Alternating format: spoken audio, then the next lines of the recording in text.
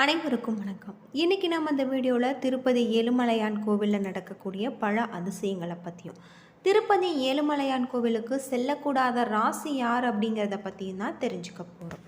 Video ரொம்பவே பயனுள்ளதாக இருக்கும். வீடியோவை கடைசி வரைக்கும் ஸ்கிப் பண்ணாமல் பாருங்கள். நம்ம சேனலை நீங்கள் இன்னும் சப்ஸ்கிரைப் பண்ணலைன்னா மறக்காமல் சப்ஸ்கிரைப் பண்ணிவிடுங்க. உங்களுக்கு திருப்பதி ஏழுமலையான் பிடிக்கும் அப்படின்னா ஓம் நமோ நாராயணா எனும் மந்திரத்தை மறக்காமல் கமெண்ட் பண்ணுங்கள்.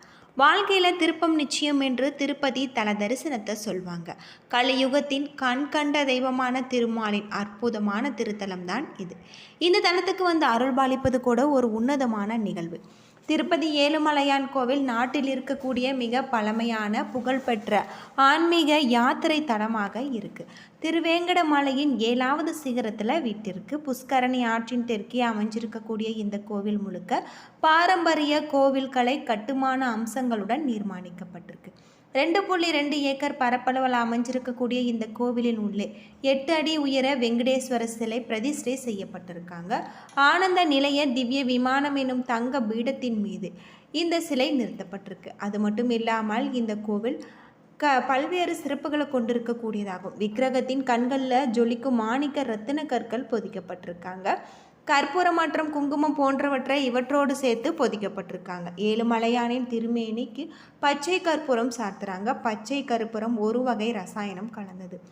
சாதாரண கற்களில் தடவி வந்தால் காலப்போக்கில் அந்த கல்லில் வெடிப்பு விழும். ஆனால் ஏழுமலையானுக்கு வருடத்தில் 365 நாட்களுமே பச்சை கற்பூரம் தடவுறாங்க. எந்த ஒரு பாதிப்பும் ஏற்பட்டது இல்லை.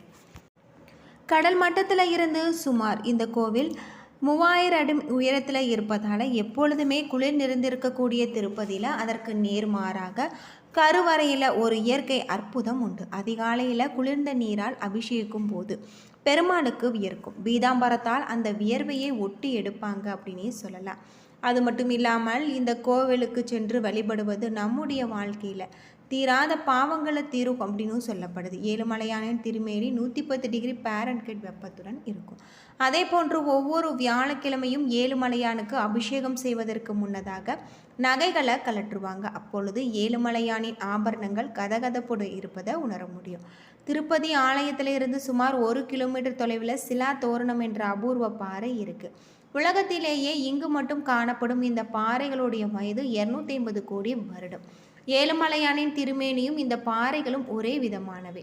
திருமலை திருப்பதி 3000 அடி உயரத்தில் அமைந்திருப்பது. இந்த மலை அடிவாரத்தில் நடந்து செல்ல 2 பாதைகள் இருக்குது. அலிப்பிரி, ஸ்ரீவாரி, மெட்டு. இங்கு திருப்பதிக்கு 20 கிலோமீட்டர் தொலைவில் சீனிவாசா மங்காபுரத்துக்கு அருகில் அமைஞ்சிருக்கு.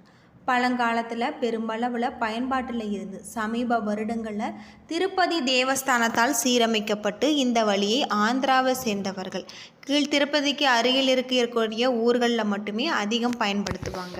ஐதீக ஆசிரமங்களின்படி வராக சுவாமியை வணங்கிவிட்டு அதன் பின்னர் வெங்கடேஸ்வரரை தரிசிக்க வேண்டும் என்ற நிதி கடைபிடிக்கப்பட்டு வருது.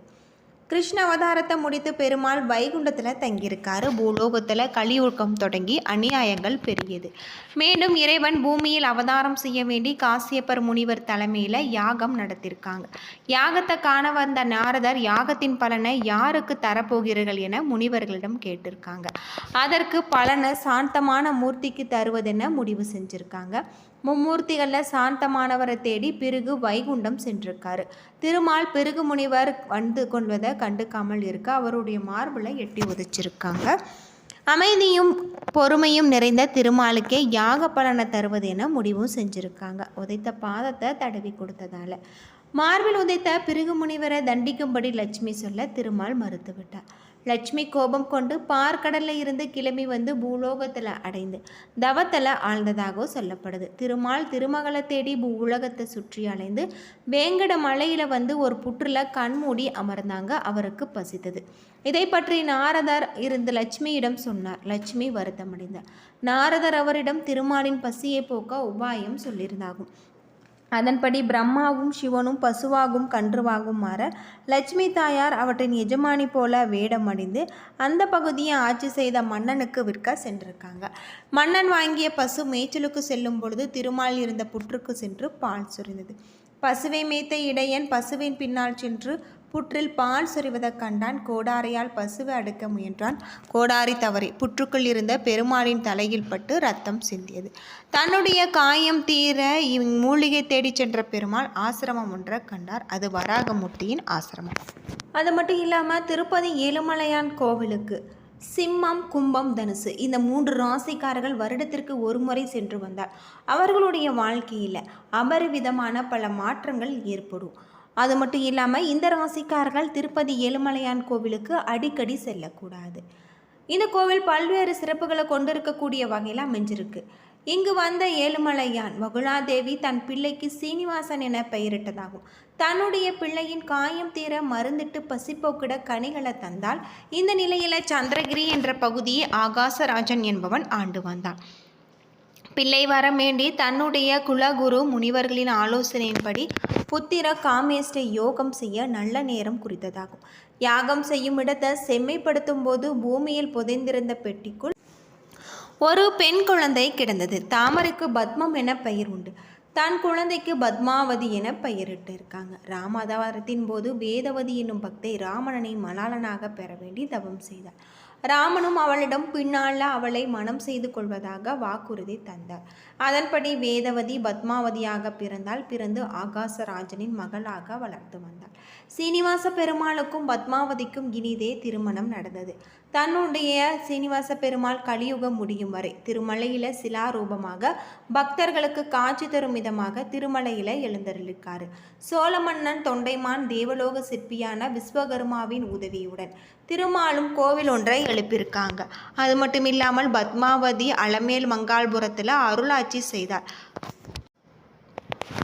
சீனிவாச பெருமாள் தினமும் திருச்சானூர் வந்து தங்கிவிட்டு காலையில் திருமலைக்கு திரும்பி வருவதாக ஐதீகம். அது மட்டும் இல்லாமல் இங்கு 7 மலைக்கு அதிபதி என்பதால் திருப்பதி ஏழுமலையான் என அழைக்கப்படுறார். சித்தூர் மாவட்டத்தில் கிழக்கு தொடர்ச்சி மலை அடிவாரத்தில் அமைந்திருக்கக்கூடிய இந்த கோவில் நகரத்தை ஒட்டி இருக்கக்கூடிய திருவேங்கட மலையின் மீது தான் ஏழுமலையான் கோவில் கொண்டிருக்காரு அப்படின்னே சொல்லலாம். பல்வேறு சிறப்புகளை கொண்டிருக்கக்கூடிய வகையில் திருப்பதி ஏழுமலையான் கோவில் அமைஞ்சிருக்கு. இங்கு ஸ்ரீராமன் ராமானுஜர் முழங்கால படியேறி சென்று சேவை செய்த திருவேங்கடன் கோவில் தினமுமே தமிழ்நாட்டில் இருந்து அதிகமான பக்தர்கள் வருவதாகும்.